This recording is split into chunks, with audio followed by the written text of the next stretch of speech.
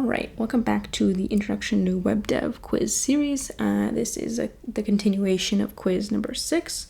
Let's jump right back into it. If you pass in a file name that doesn't exist to fs.append, it creates the file for us. A, true, or B, false. The correct answer here is true. Yeah, so one really cool thing about fs.append is that you asynchronously append data to the file, but it also creates the file if it does not yet exist. And here I'm reading from the node.js documentation. So for example, if you, within your server code, you want to, add something to a file, but you pass in a file name that maybe doesn't exist yet, it's okay, because it'll create it for you. So it's pretty neat, in my opinion. Next question.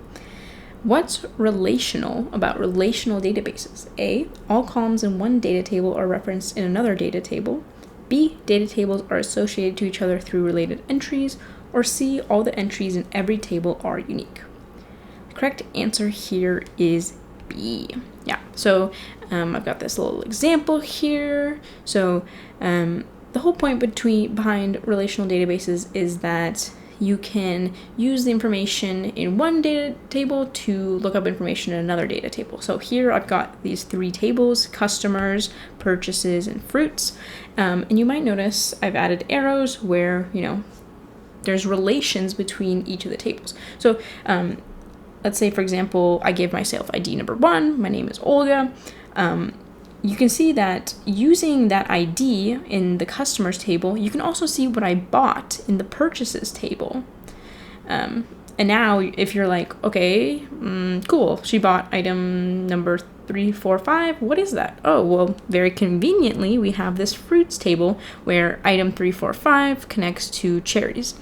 And obviously this is a very simplified example, but imagine you have, thousands, millions, billions of rows.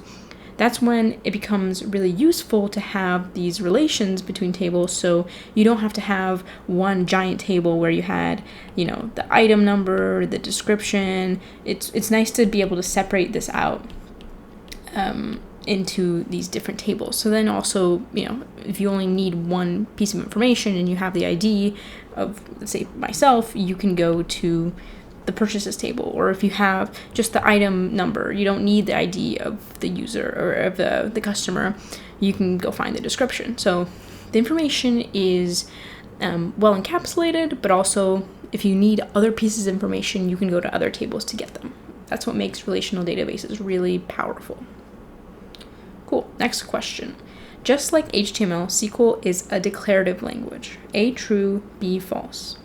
Correct answer here is true. Yeah, so what is this declarative language? What this means is you really only have to type out what it should do. You don't actually have to explain how it should do that. So this is, if you take HTML and SQL and you compare it to, like JavaScript, Java, where you have to be a bit more explicit. That is these two are examples of imperative programming, where you have to tell the program how to do it by giving it those instructions. So like, if you have to loop over an array, you have to have like a for loop or a while loop, etc. Versus, SQL, you're just saying, select this from here, where X, Y, Z,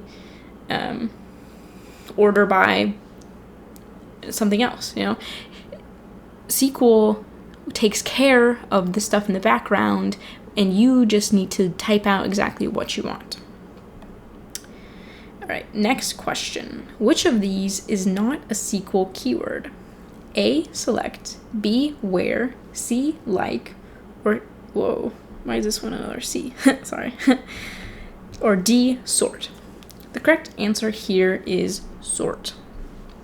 Yeah, so there's actually a lot of SQL keywords. If you go to the MDN docs, or if you just type in SQL keywords, you'll see a bunch of them. Select is one that you really, really gotta know. Also where you say like some sort of condition is true.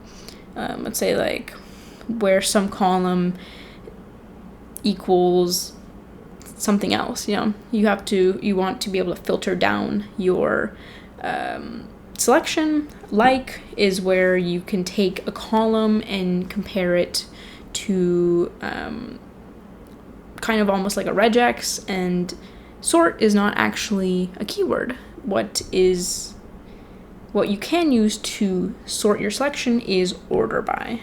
Why they didn't use sort, I'm not quite sure. That might have made a bit more sense if they had asked me, if they'd consulted me however many years ago they created SQL.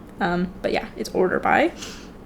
As I mentioned, there are many, many other keywords that make your SQL queries very powerful. Knowing these 4 is a really good start to your SQL journey. So that about wraps up the Introduction to Web Dev quiz number 6. Hopefully you learned something. Hopefully you got some questions right. If you didn't, that's okay too. We're all about learning here. And hopefully you have a good rest of your day.